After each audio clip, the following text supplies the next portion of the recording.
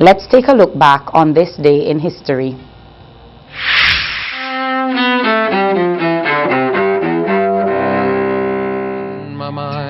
June 21st, 1964. So I ask those killers, can you sleep again? Those three are on my mind. In Philadelphia, Mississippi, 3 civil rights workers disappear while trying to help blacks register to vote. Michael Schwerner, Andrew Goodman, and James Chaney are ambushed and killed by Ku Klux Klansmen. 6 weeks later, their bodies are found buried in an earthen dam. 1788. The Constitution of the United States takes effect as New Hampshire becomes the 9th state to ratify the document. 1834. Cyrus Hall McCormick receives a patent for his reaping machine, the grain-cutting invention that revolutionizes farming. 1982. A jury in Washington, D.C. finds John Hinckley, Jr. not guilty by reason of insanity for shooting President Ronald Reagan and 3 others. Hinckley, who said he shot Reagan to impress actress Jodie Foster, is committed to a psychiatric hospital. And finally, also that same year, career in the armed services would be the best thing at the moment, because it'd be lovely to recognise all the hard work that the armed forces are doing. Prince William, second in line to the British throne, son of Prince Charles and the late Princess Diana, is born in London. Today in history, June 21st. WFM News reported yesterday that local journalist and media communications specialist Kenton Chance has welcomed the Cybercrime Bill 2016 while also expressing some concerns. The bill is currently before a select committee of the House of Assembly. Speaking at the SVG Human Rights Association Town Hall discussion for the Cybercrime Bill 2016, which was held on Thursday at the French's House, Mr. Chance said, quote, "The realities of the world in which we live call for legislation to address many of the untowards, criminal even, activities that are taking place online," unquote. In his presentation, Mr. Chance, however, expressed that he was, quote, "extremely concerned and unnerved by what he sees in the piece of legislation as avenues for the state to potentially criminalize journalists and their sources, many of whom might be whistleblowers." IKtv News yesterday reported that the Thuzian Institute for Religious Liberty, Inc., TIRL, registers its displeasure with some draft clauses in the Cybercrime Bill 2016, especially Clause 16.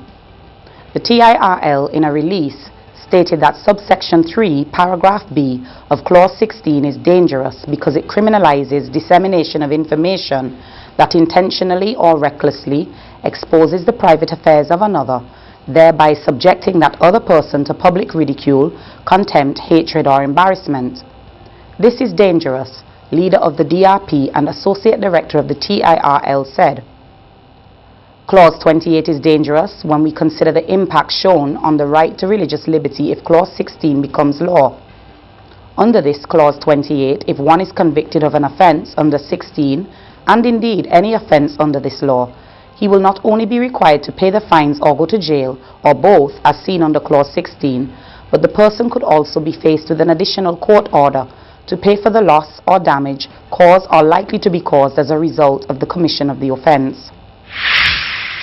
Eliza Matthews, valedictorian of the 2016 graduating class of the Gomez Methodist School, was smiling ear to ear when he walked away with 6 out of 8 awards at the school graduation ceremony held on Wednesday, 15th of June.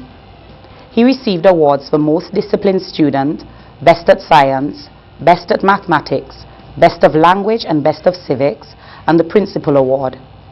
In his remarks, Matthews told his fellow graduates, quote, "Hard work brings success. Keep studying.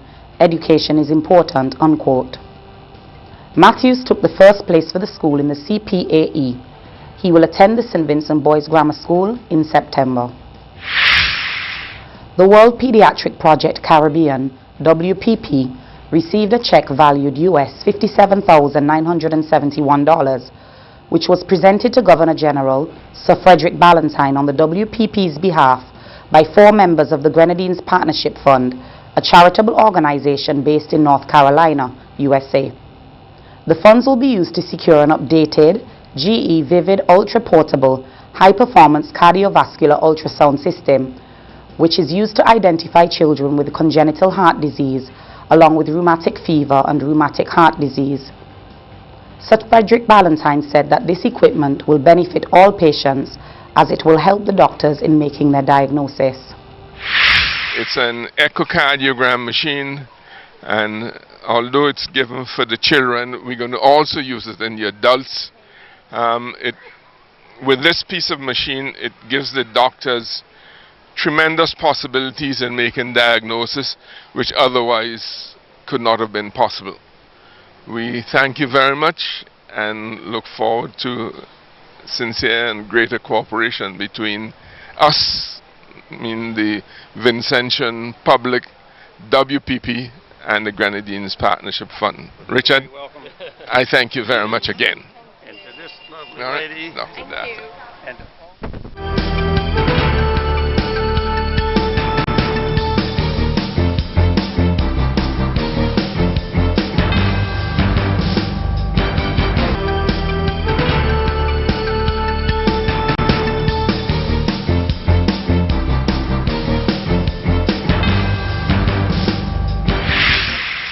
Medical technologist in the Ministry of Health, Kamala Kettles, has sought to dispel several myths associated with donating blood. Ms. Kettles spoke on the issue on World Blood Donor Day, observed last week, Tuesday, June 14th, under the theme, Blood Connects Us All, and with the slogan, Share Life, Give Blood. She explained that most persons can donate blood, even those who have had tattoos. She, however, noted that they will have to wait over a year after receiving the tattoos or piercings before donating blood. Ms. Kettles said that persons who have contracted mosquito-borne diseases such as dengue, chikungunya and Zika must wait 28 days after recovery before donating blood. Prime Minister Dr. Ralph Gonsalves has commended the public servants of the nation for their contribution to national development.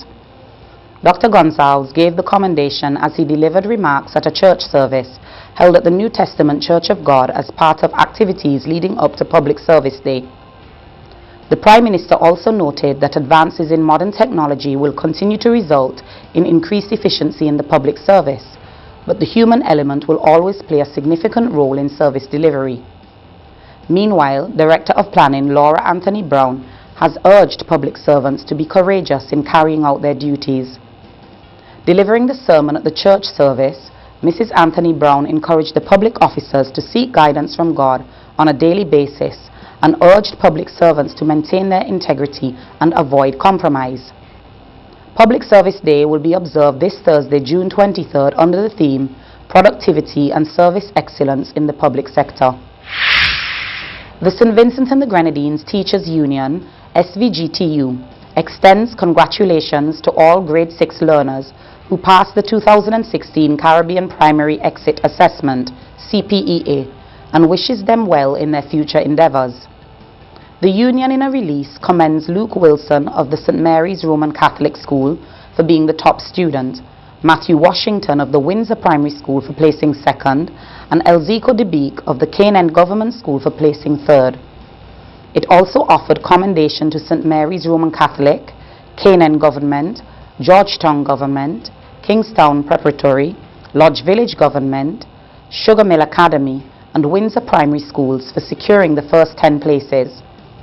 The SVGTU says it equally congratulates all the teachers and parents for playing a critical role in molding these workers, leaders, inventors, and thinkers of tomorrow.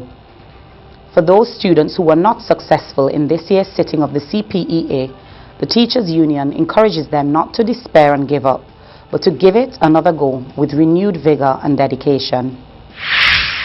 The Governor of the Eastern Caribbean Central Bank, ECCB, Timothy N.J. Antwine, is set to host discussions with the media practitioners in St. Vincent and the Grenadines as part of the bank's citizen engagement and stakeholders relations strategy on Friday, June 24, 3 p.m. Governor Antwine will provide an update and hold discussions on the vision for the ECCB and the ECCU in relation to the St. Vincent and the Grenadines Financial and Economic Scorecard, a program of action for financial sector stability and development, fiscal and debt sustainability, growth, competitiveness and employment, organizational effectiveness, strategy for de-risking, and Clico-Bico. Prime Minister Dr. Ralph E. Gonsalves held a news conference with the European Union Ambassador, Mr. Miguel Barford, to discuss contracts signed under the Banana Accompanying Measures BAM program. The news conference took place today, Tuesday, June 21st at 9:30 a.m. at the Cabinet Room. More local news up next.